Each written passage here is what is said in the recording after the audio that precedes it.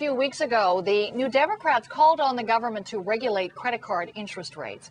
The question now, of course, is whether that's necessary, seeing as how people can negotiate their own rates. Peggy Nash is the party's industry critic and joins us now. So you just watched that story and watched people who actually made calls to their credit card companies. How surprised are you that the companies do seem to be prepared to lower the rates with just one phone call?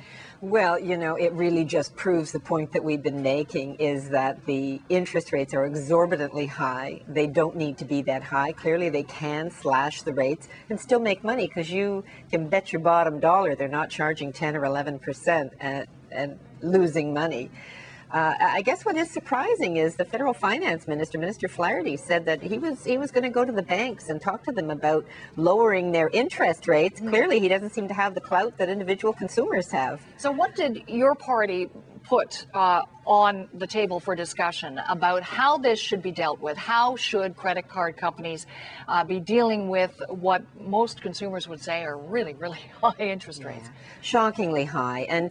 And you know, just to set the big picture, consumer debt is at a 25-year high. If you add all our debts together, we're up probably about $300 billion. Now, credit card interest is just part of that.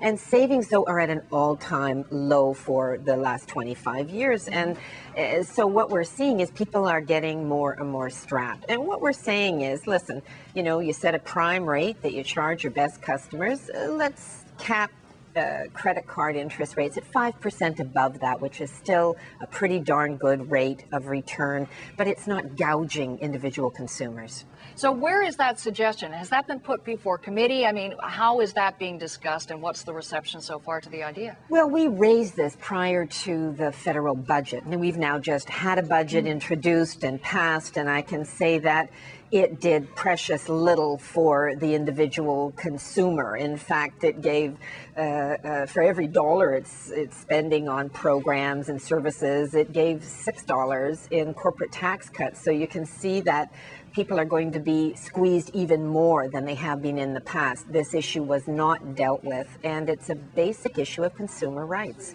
Well, just on that, consumer rights and to some extent consumer clout.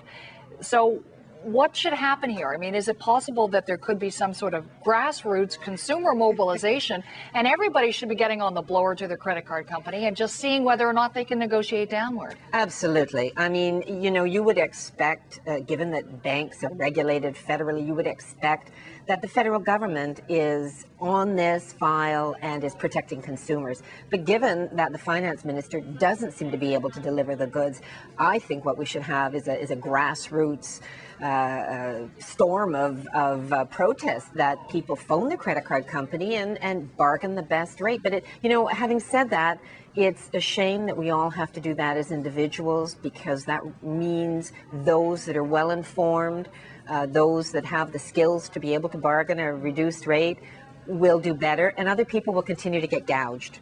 Very interesting. Peggy Nash, good to talk to you. Thanks for joining us. Thanks, Nancy.